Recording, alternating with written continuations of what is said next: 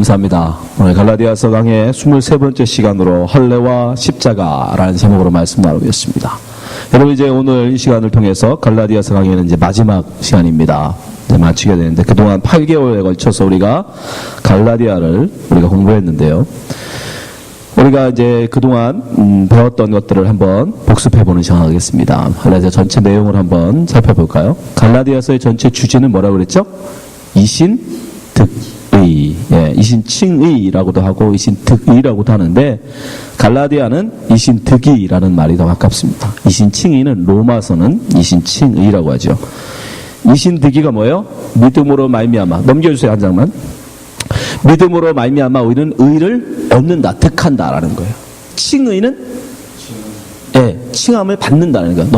너는 의로운 사람이야라고 칭해 주신다. 이건 로마서의 주제고, 이 갈라디아서는 이신득의라는 게 더 맞습니다. 의를 얻는다라는 거예요. 믿음으로. 그래서 이 갈라디아서의 내용을 두 가지로 바울은 이론과 주장, 이렇게 실천, 이렇게 두 부분으로 나눴죠. 그래서 1장부터 4장까지는 자기의 그 이신득의의 내용에 대해서 설명을 해주고, 그 이신득의를 얻은 성도가 어떻게 살 것인가를 5장, 6장에서 얘기해줘요. 이거는 비단 갈라디아서만 그런 게 아니라 대부분의 바울의 서신들이 다 그런 식으로 돼 있어요. 로마서도 마찬가지고, 앞부분의 이론, 뒤에 가면 그것을 어떻게 살 것인지 실천적인 내용들 그렇게 나눠줘요. 그거 안 적으셔도 됩니다. 그 이론 부분은 또 둘로 나눠지는데, 여러분 앞부분 1장부터 4장은 어떻게 나눠져요? 넘겨주세요. 이론 부분도 둘로 나눠지는데, 자기에 대한 변호, 자기가 사도가 아니라고, 바울이 사도가 아니라고, 그리고 그가 가르치는 이신득의는 엉터리 신학이라고 사람들로부터 비난을 받았어요. 그거에 대해서 변호합니다.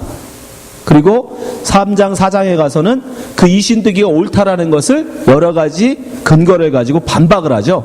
그렇게 나눠져요. 1장, 2장, 3장, 4장이 이렇게 나눠집니다. 또 자신에 대한 변호 내용도 살펴보면, 넘겨주세요. 자, 첫 번째는 첫 인사를 하죠. 편지니까. 누가 누구에게 편지를 쓴다라는 편지를 인사를 한 다음에 곧바로 계시. 이건 사람이 생각해낸 게 아니다. 내가 만들어낸 게 아니다. 하나님이 나에게 가르쳐 주신, 계시해 주신 거다라는 계시라는 걸 얘기해요. 그리고 제자들에게도 인정받았다, 승인받았다. 그래서 예루살렘에 갔을 때 비록 모든 제자를 다 만난 건 아니지만 바나바를 통해서 야고보, 주의 동생 야고보도 만났고, 자기가 이미 교회의 그 멤버로서 인정받았다. 그러면서 그 뒤에 뭐를 붙이냐면 권위. 이거는 베드로 책망한 얘기가 나와요. 그 무슨 뜻이에요? 내가 그만큼 인정받았을 뿐 아니라 교회로부터 나는 사도를 내가 책망까지 했는데 베드로가 그것을 달게 받을 정도로 내가 그만큼 그 사람들로부터, 사도들로부터까지 인정받은, 나의 복음, 내가 전하는 이신득의 복음뿐 아니라 나의 사도직을 니들이 지금 뭐라고 그러는데, 나는 베드로의 잘못도 책망한 적이 있는, 또 베드로가 그것을 기꺼이 또 받는, 그러한 인정을 받은 사람이다라는 걸 주장을 하죠. 그러면서 이제 본격적으로 3장 4장 가서 자기의 이신득의라는 이 내용에 대해서 이제 주장을 하기 시작합니다. 넘겨주세요. 첫 번째 근거가 뭐예요? 3장에 시작하는 너희들을 봐라. 너희들의 믿음이 어디 있느냐. 갈라디아서 사람들은 유대교 사람들이 아니었는데 믿음으로 말미암아 성령 받았다는 거죠. 니들 자신을 봐라. 니들이 어떻게 성령 받았냐. 니들이 어떻게 구원 받았냐. 니들 율법 몰랐지 않냐. 그런데도 왜 다시 율법으로 돌아가려고 하느냐. 너희 자신을 보면 믿음으로 우리를 말미암아 우리는 구원 얻는다는 거 알 수 있지 않냐. 두 번째 예가 누구예요? 아브라함 봐라. 아브라함은 율법 받기 전에 430년 전 사람인데, 그도 하나님 뭐 했다? 아브라함의 믿음으로 의롭다 여기셨단 말이죠. 그러니까 아브라함의 예를 봐도 율법을 지켜서 의로워지는 게 아니라 믿음으로 의로워지는 거다. 그리고 그 유명한 율법을 가지고 이제 반박을 합니다. 율법 그 자체적으로 봐도, 율법이라는 게 자기가 보니까, 율법이라는 건 하나님 우리 보고 지키라고 준 게 아니더라. 율법을 통해서 뭐를 하려고? 나는 하나님의 율법을 지킬 수 없는 죄인이라는 걸 알려고 준 거구나. 그죠? 그러면 죄인이 어떻게 하나님 앞에 구원을 얻는단 말이에요. 구원자가 그러면 있어야 되잖아요. 이 죄를 용서받고 내가 하나님 앞에 나가야 되는데 율법을 지킬 수는 없고, 그럼 나는 어떡하지? 그때 구원자 예수 그리스도가 필요하게 되죠. 그러니까 율법이라는 건 우리에게 뭐를 깨닫게 한다? 예수 그리스도 은혜가 아니면 난 죽는구나, 난 구원을 못 받는구나. 구원의 율법의 역할이 그거라는 거예요, 바울이. 그래서 율법은 뭐다? 몽학 선생이다. 너희들을 죄에서 은혜로 이끌어가는 몽학 선생, 선생님이라는 거예요. 티처, 유치원 선생님이라는 거예요. 그래서 율법을 우리에게 주신 거지, 그 율법 지켜가지고 의로움 인정받고 하나님 앞에 가라고 준 거 아니다 라고 바울이 율법을 가지고 설명을 합니다. 그러면서 이제 간증을 하죠. 너희들이 내가 처음에 갔을 때 눈이라도 빼어서 나를 주려고 했지 않았냐, 그죠? 그러면서 간증을 해요. 그래서 그걸 그들을 향해서 뭐라고요? 너희의 복이라고 얘기해요. 말씀 그 자체로 전하는 사람의 외모나, 전하는 사람의 어떤 그런 그 백그라운드나, 전하는 사람들 어떤 학식이나 이런 게 아니라 그 전하는 사람의 그 말 그 자체를 들을 수 있는 은혜, 그게 복이다라고 얘기해요, 바울이.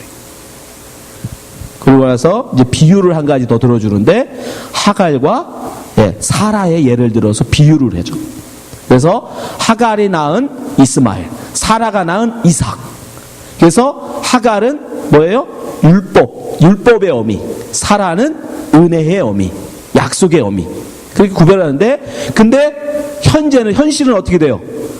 율법의 아들, 이 율법이 낳은 아들 이스마엘이 장성한 어른이고 힘 있는 자고 용사고, 세상에서는 힘 있는 자로 어떻게 해요? 은혜의 아들을 구박해. 언약의 아들을 구박하더라는 거예요. 조롱하고 핍박하고. 왜? 세상은 원리는 힘 없는 자를 우습게 보거든. 힘 있는 자가 힘 없는 자를 다스리는 게 세상이잖아요. 그죠? 여러분은 그런 세상에 안 사세요? 저는 그런 세상에 사는데, 힘 있는 자가 힘 없는 자를 구박하고 업신여기고 여러분 하는 게 이 세상이라고 원리란 말이에요. 그게 율법이 다스리는 세상인 거예요. 그러니까 구박을 하는 거예요. 이스마엘이 이삭을 조롱해요. 근데 결국은 어떻게 돼요? 결국은 은혜의 그 어미 사라가 하갈과 이스마엘을 내어 쫓아버리죠. 어디로? 사막으로 쫓아버려요. 결국은 은혜의 아들이 승리하게 된다. 니들이 지금은 이신득이 은혜를 추구하는 믿음의 아들들로, 율법을 추구하는 저들에게 핍박을 당하고 조롱을 당하고 이 세상에서 힘없는 자로, 연약한 자로 살지 모르지만 결국은 너희들이 그들을 이기게 되고 그들을 쫓아내게 될 것이다 라고 비유를 통해서 율법과 은혜에 대해서 얘기를 해줍니다. 그러면서 이제 5장 6장으로 넘어가는 거예요. 실천 부분. 다음 장 보여주세요. 실천 내용. 자, 이렇게 이신득이를 통해서 의를 얻은, 하나님 앞에 의롭다 인정받은 성도들은 어떻게 살아야 되는가? 첫 번째, 자유를 가지고 살아야 된다는 거예요. 근데 그 자유라는 게 어떤 한계선이 없으면, 리밋이 없으면 뭐가 된다고 그랬죠? 방종이 되잖아요. 내가 하고 싶은 대로 사는 거예요. 자유라는 게 하고 싶은 대로잖아요. 그렇지만 그 하고 싶음에 하나님이 한계를 정해주셨어요. 그게 뭐예요? 무슨 한계가 있다고 그랬죠? 성도들에게 다 할 수 있는데, 고기를 먹어도 되고 고기를 안 먹어도 되고, 우리를 얘기하면 술을 먹어도 되고 술을 안 먹어도 되고, 그 군하고 안 사먹는 건 아무 상관없단 말이에요. 그런 것에서 자유하다고 분명히 바울이 얘기해요. 그런데 분명한 기준이 있어요. 리밋이 있어요. 뭘 기준해서 뭐는 되고 뭐는 안 되다 얘기할 수 있어요? 다 잊어버렸죠? 고맙습니다. 그래야 목사가 계속 해먹지. 여러분 자꾸 까먹어줘야. 네. 사랑이잖아요. 사랑이라는 것이 없으면 내가 술을 먹을 것인가 말 것인가, 고기를 먹을 것인가 말 것인가, 무엇을 가지고 정하느냐. 내가 좋으면 먹고 내가 싫으면 안 먹고가 아니에요. 그거는 세상 믿지 않는 사람들의 삶이잖아요. 그걸 방종이라고 하는 겁니다, 여러분. 우리는 성도는 이신득이를 통해서 성도는 그런 것에 구박을 받을 필요가 없는데, 구속될 이유가 없는데, 그러나 한 가지는 우리를 구속하는데 그게 뭐냐면 사랑이라는 거예요. 내가 이걸 먹음으로써 누군가가 상처가 된다면 나는 먹지 않겠다라는 거예요. 내가 이걸 함으로써 오히려 이것이 그에게 은혜가 된다면 나는 그걸 하겠다는 거예요. 내가 뭘 하고 안 하고, 나는 뭐든 할 수도 있고 안 할 수도 있는 자유가 있지만, 그러나 그 기준은 오직 사랑이라는 거예요. 그리고 사랑으로 표현되지 않는 믿음은 가짜다라고 바울이 얘기하는 거예요. 너희들이 믿음이 있노라 하고 예수 그리스도를 믿는 믿음, 은혜, 십자가로 나간다는 건 결국 믿음이라는 거잖아요. 그건 볼 수도 없고 만질 수도 없는 거니까. 그 믿음이 있다라고 하면서 사랑으로 표현되지 않는다라면 그 믿음이 어떻게 진짜라고 할 수 있느냐. 그게 누구다? 야고보의 말이죠. 그 말이에요 다. 여러분, 성도는 자유가 있지만 그 자유는 반드시 사랑이라는 이미지 있어요. 그것을 얘기해주고, 그래서 계속 이어서 그 사랑으로 뭐 해라? 종로로 태라. 그죠? 사랑으로 종로로 태라. 서로를 섬기고 서로를 세워주는 종로로 태라.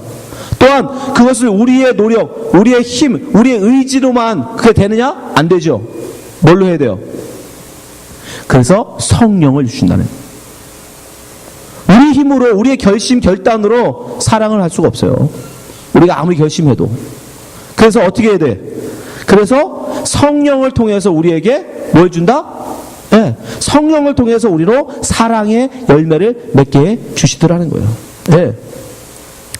그렇게 성령의 열매에 대해서.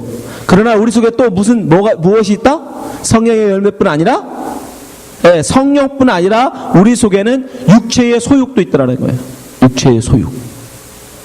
네. 성령을 쫓아서 순종하고자 하는 우리 마음 속에 아직도 여전히 나를 위해서 살고 싶은 육체의 소욕이 우리 속에 존재하더라는 거예요. 저 스위치 올려주세요. 위에 스위치를 위에 올려주세요. 됐습니다. 그래서 우리는 지난 시간에 배운 거죠. 그래서 어떻게 해야 된다? 우리를 자기 관리를 잘 해야 된다는 거예요. 그게 지난 시간에 배운 거죠. 6장 1절에서 11절. 왜? 자기 관리를 제대로 하지 못하면 어떻게 돼요? 육체의 소욕에 빠지니까. 그래서 믿는 사람과 믿지 않는 사람에게 우리가 어떻게 살아야 될지 그걸 우리가 지난 시간에 살펴봤어요. 그리고 오늘 이제 마지막 맺은 말. 이 굉장히 중요한 겁니다. 이 결론이에요. 이 갈라디아서를 쓰면서 바울이 이제 마지막 결론을 맺는 부분이에요. 다음 장 보여주세요. 예. 결론을 맺어. 오늘 본문 이 11절부터 17절까지 결론의 말이에요. 이제 맺은 말, 끝내는 말. 그리고 마지막 18절에 축도를 하면서 끝납니다.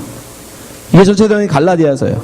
근데 여러분 오늘 배우는 이 맺은 말은 굉장히 중요한 거예요. 왜요? 핵심이에요. 갈라디아서의 모든 얘기를 이제 한마디로 오늘 본문에 바울이 요약을 해서 써줍니다.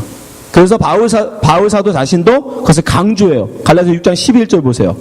내 손으로 너희에게 이렇게 큰 글자로 쓴 것을 보라. 친필로 썼다라고 강조해요. 친필. 바울은 보통 편지를 본인이 쓰지 않아요. 다른 사람이 받아서 썼습니다. 그런데 중요한 부분은 자기가 직접 자기 친필로 써요. 지금 그 얘기하고 있는 거예요.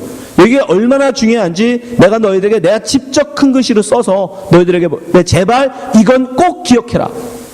이게 갈라디아서예요. 내가 편지를 통해서 너희들에게 해주고 싶은 말의 핵심이라는 거예요. 그것이 뭡니까? 12절. 무릇 육체의 모양을 내려 하는 자들이 억지로 너희를 할례를 받게 함은 저희가 그리스도의 십자가를 인하여 핍박을 면하려 함뿐이라. 바울이 전한 갈라디아 지역에 복음을 전했던 갈라디아 지역에 예루살렘에서 온 율법주의자들이 와서 바울을 공격하고 거짓 사도라고 얘기하고, 그리고 바울이 얘기하는 이 신득이 그건 가짓이다. 율법을 지킴으로 우리는 구원 없는 것이다 라는 율법주의자들이 공격이 있었어요. 그들을 향해서 바울이 뭐라고 얘기하냐면 그들을 이렇게 정의해버려요. 육체의 모양을 내리하는 자들. 육체의 모양을 내리하는 자들. 예수님이 이걸 한마디로 뭐라고 하냐면 외식하는 자라고 얘기했어요. 외식하는 자.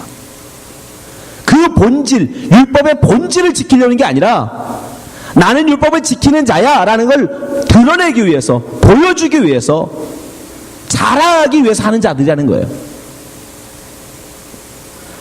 그 이유가 뭐냐면, 왜 그럼 그 사람들은 율법을 진짜 지킬 마음도 없으면서 왜 할례라는 율법을 받는 걸까? 바울은 이렇게 봤어요. 후반절에 보세요. 저희가 그리스도의 십자가를 인하여 핍박을 면하려 할 뿐이라. 그리스도의 십자가. 이 그리스도의 십자가가 뭐냐면 지금 바울이 얘기하는 이신득이의 신학이에요. 왜? 율법과 그리스도의 십자가는 전혀 다른 겁니다. 율법이라는 건 내가 그 법을 다 지켜서 하나님 앞에 의를 얻는다는 거고, 십자가라는 건 뭐예요? 그리스도의 십자가라는 건 나는 죄인입니다. 나는 율법을 지킬 수 없는 자입니다. 나는 그 십자가에 못 박아 죽어도 아무 할 말이 없는, 사형돼도 아무 할 말이 없는 죄인입니다. 그러나 예수 그리스도가 그 죄인을 대신하여 죽으시고 나를 살리시는 은혜의 법이에요. 율법과 은혜는 전혀 다른 거예요. 그래서 그리스도의 십자가로 인하여 핍박이 있었다라고 얘기해요. 그 당시에 이게 무슨 핍박이냐, 어느 정도 심했냐면, 그 당시에는, 지금은 은혜, 복음, 이 이신득이, 이신칭의의 복음이 지금 압도하고 있지만, 그러나 그 당시엔 그렇지 않았습니다. 그 당시에는 율법주의가 압도했어요. 이신칭의를 주장하는, 은혜를 주장하는 사람은 극소수였어요. 근데 그 사람들이 어느 정도, 율법주의자들이, 유대교주의자들이 얼마나 이 이신칭의를 주장하는, 은혜를 주장하는 사람들을 미워했냐면 죽이고 싶을 만큼이었어요. 사도행전 23장 12절 보세요. 나리샘에 유대인들이 당을 지어 맹세하되 바울을 죽이기 전에는 먹지도 아니하고 마시지도 아니하겠다 하고 이같이 동맹한 자가 40여 명이었더라. 내가 저 바울 죽이기 전까지 난 절대 안 먹어. 금식을 선포하고 죽이겠다고, 바울을 죽이겠다고 달려드는 사람이 자그마치 40명이나 있었어요. 그만큼 미워했어요. 왜? 은혜를 얘기하는 건 자기들이 지키고 있는 행위를 부정하는 거거든요. 자기들의 율법을 부정하는 거거든요. 자기들이 해온 그 모진 힘든 어려운 것들을 다 참아내고 견뎌내면서 이루었던 모든 자기들이 하는 성과를 다 무너뜨려 버리는 거기 때문에 은혜를 이야기하는 바울을 죽이고 싶었던 거예요. 그러니 바울한테 이 정도를 다른 사람들은 마찬가지예요. 굉장한 핍박을 받았어요. 그리스도의 십자가의 은혜를 선포하는 이들에게 그 당시 굉장한 핍박과 고난이 있었습니다. 그러니까 사람들이 은근히 한 발짝 빼는 거예요.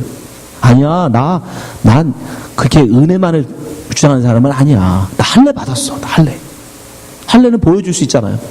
왜? 몸에 그 생식기를 잘라버리는 거기 때문에, 표피를 베는 거기 때문에 확인할 수 있어요. 보여줄 수 있어요. 지금 우리는 예수 믿는 사람입니까? 안 믿는 사람 모르죠. 그러나 율법은 뭔가 드러나지는, 보여지는 행위였기 때문에 보여줄 수 있었어요.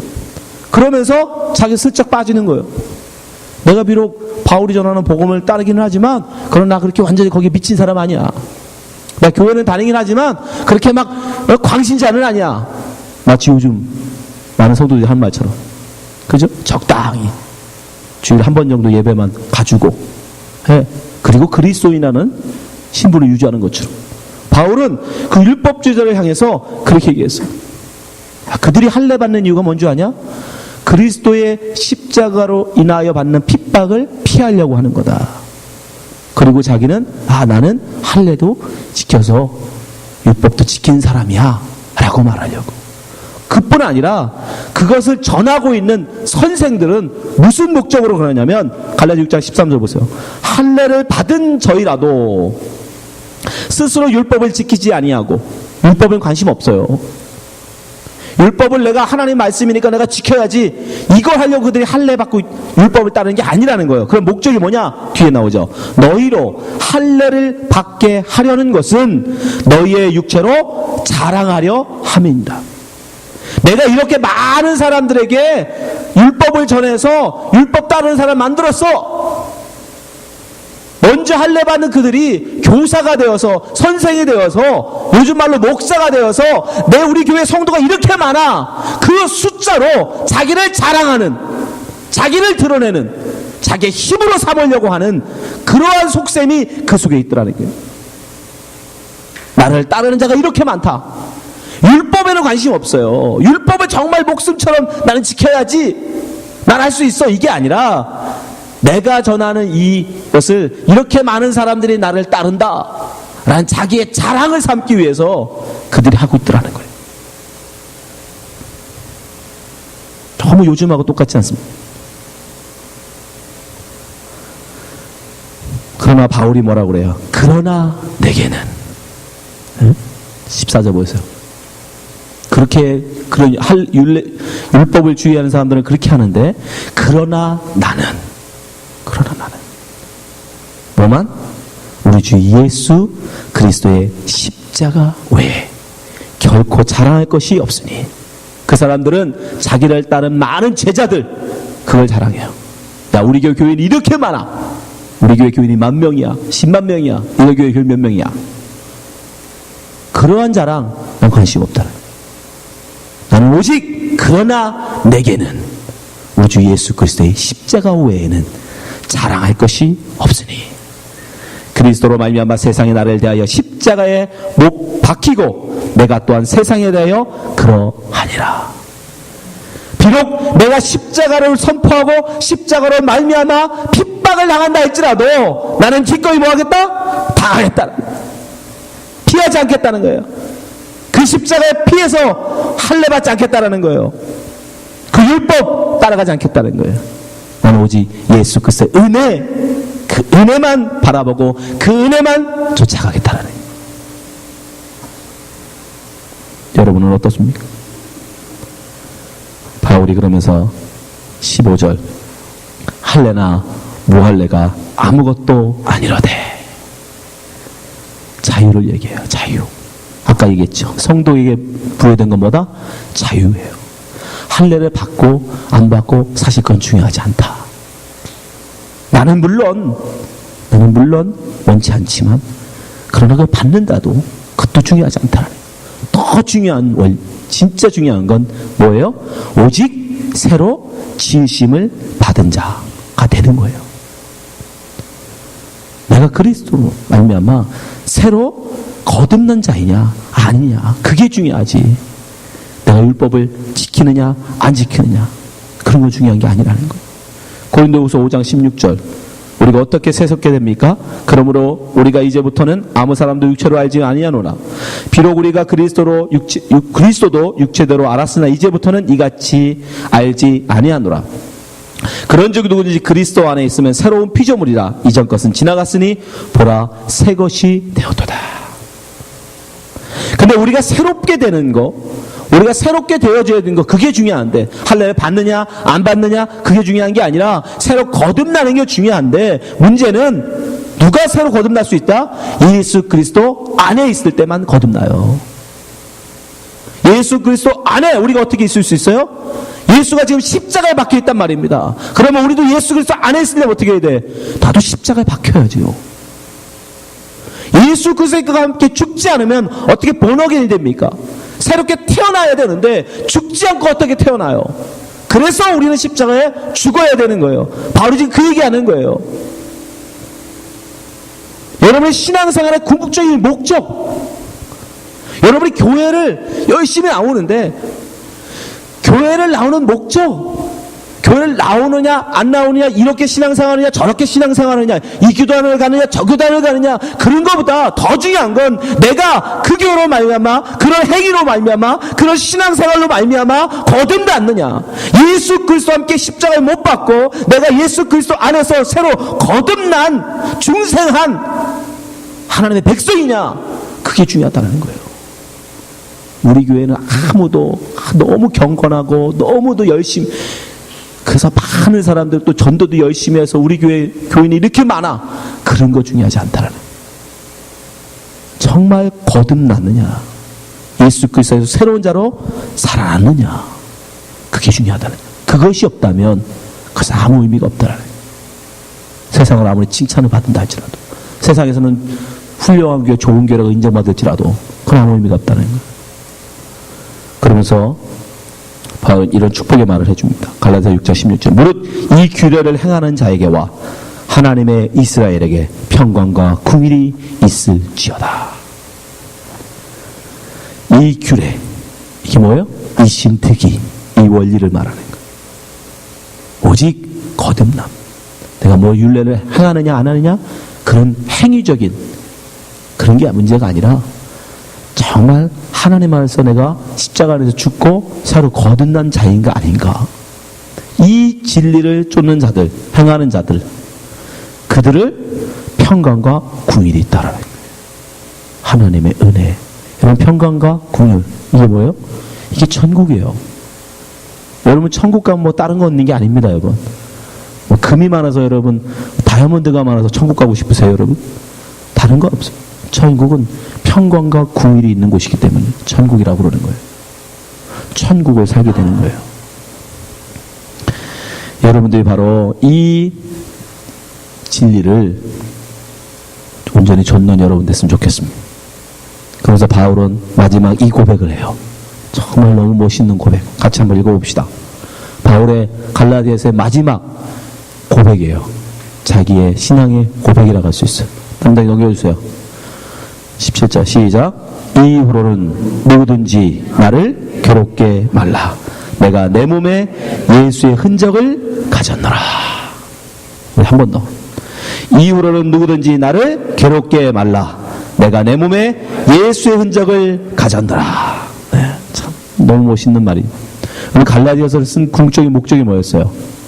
바울에 대한 공격 때문이었어요. 바울이 전한 복음, 저건 가짜다. 바울, 저 사람 목사도 아니다. 저는 사도 아니야. 제자 아니야. 그들에 대해서 뭐라고 얘기해요? 나를 괴롭게 하지 말라. 더 이상 그런 말을 하지 마라. 왜? 내 몸에 예수의 흔적이 있다. 예수의 흔적, 너무 멋있긴 하지만 영어로는 마크 오브 지저스.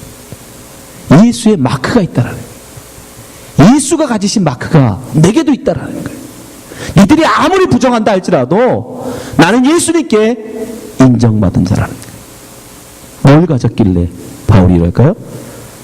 예수님은 한 가지 상처가 있죠. 예수님이 부활하신 이후에도 여러분, 예수님은 그 손의 못자국, 옆구리의 창자국을 갖고 계셨어요. 자, 요한복음. 패스해버렸네요. 바꿔준데 좀 해주세요. 다음 넘겨주세요.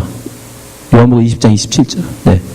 도마에게 이르시되 내 손가락을 이리 내밀어 내 손을 보고 내 손을 내밀어 내 옆구리에 넣어보라. 그리하고 믿음 없는 자가 되지 말고 믿는 자가 되라. 무슨 뜻이에요? 부활하신 이유거든요. 도마가 나 예수님을 직접 보지 않고 내가 믿을 수 없어 라고 하니까 진짜 예수님이 부활하셔서 도마 앞에 나타나서 말씀하세요. 근데 그때 뭐가 갖고 계셨어요? 손에 못자국, 옆구리에 창자국. 부활하신 새 몸이니까 사실은 그거 없애시려면 얼마든지 없앨 수 있죠. 그죠? 새 몸이니까. 아까 우리가 새로 거듭남이 중요하다고 했는데 지금 새로 거듭나셨는데 여전히 뭐는 갖고 있더라? 십자가의 상처, 십자가의 흔적, 그건 갖고 계시더라는. 바울이 그걸 보고서 뭐라고 얘기하냐면 고난, 십자가의 복음을 전하다 받는 상처, 이건 바로 예수의 흔적이다 라고 얘기하는 거예요.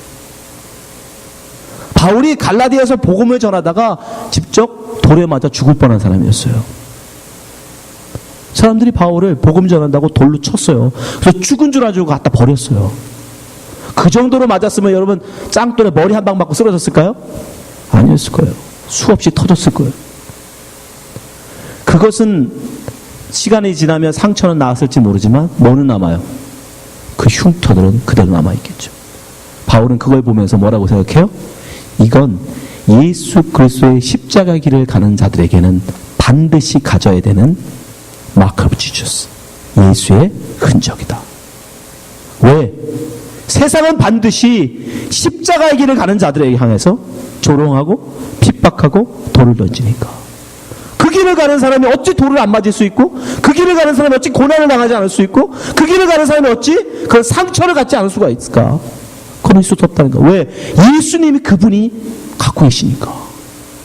그 길을 따라가는 모든 이들에게는 그런 고난의 상처들을 갖게 될 것이다.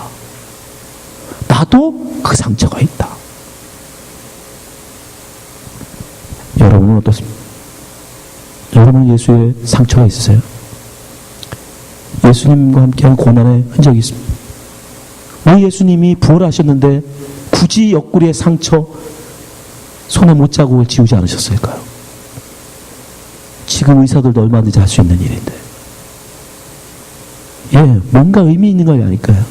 당신의 백성들을 구별하기 위한, 네가 진짜 믿음의 사람인지, 진짜 나를 따르는 당신의 거룩한 신부인지 구별하기 위한 마크가 뭐예요? 마크. 여럿이 섞여 있을 때 내 팀인지 아닌지를 구별하는 수단이잖아요. 여러분 아무리 나 예수 믿는 사람이요, 나 예수 섬기는 30년 목사한 사람이라고 아무리 외친들, 예수님이 마크가 없으면 여러분 예수님 편 아닙니다. 그때 예수님 뭐라고요? 내가 너를 도무지 모른다. 아무리 세상에서 인정받는 목사가 되고, 세상에서 큰 교회 목사가 되고, 세상에서 유명한 목사를 할지라도 예수님 마크가 없으면 예수님 뭐라고 그래요? 내가 너를 도무지 알지 못한다. 여러분, 그 예수의 흔적이 여러분 있습니까? 바울은 얘기해요.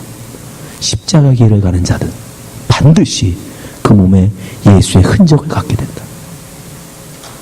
고난이 닥칠 테니까, 어려움이 닥칠 테니까. 근데 할례를 받는 율법자들은 뭐다? 그걸 두려워서 피했다라네. 그게 두려워서 도망가는.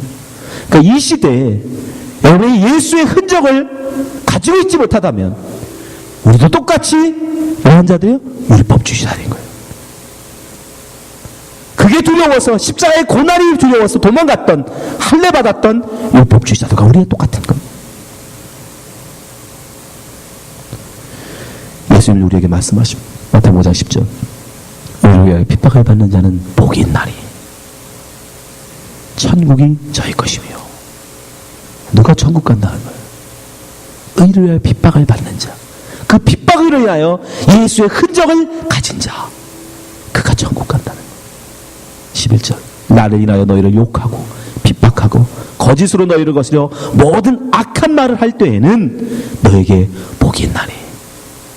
이 시대에 여러분, 칼자국이, 돌멩이 자국이, 그런 자국이 있지는 않겠죠. 저는 요즘 우리에게 무슨 예수의 흔적이 있을까? 제가 볼 때는 말로 받는 상처일 거예요.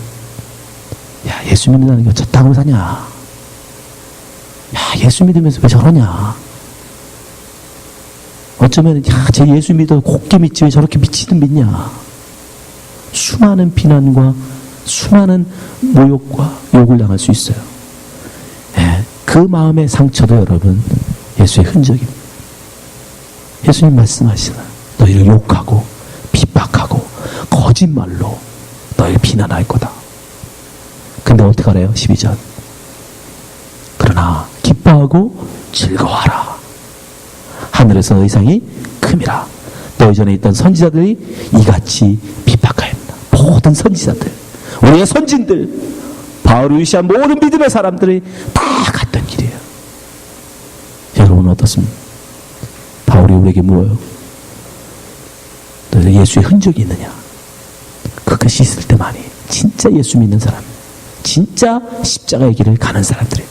진짜 그가 이신득이의 신앙을 믿는 사람들인 거예요. 이 자리에 계신 모든 성도님들이 진짜 성도 됐으면 좋겠습니다. 진짜 그리스도인 됐으면 좋겠습니다.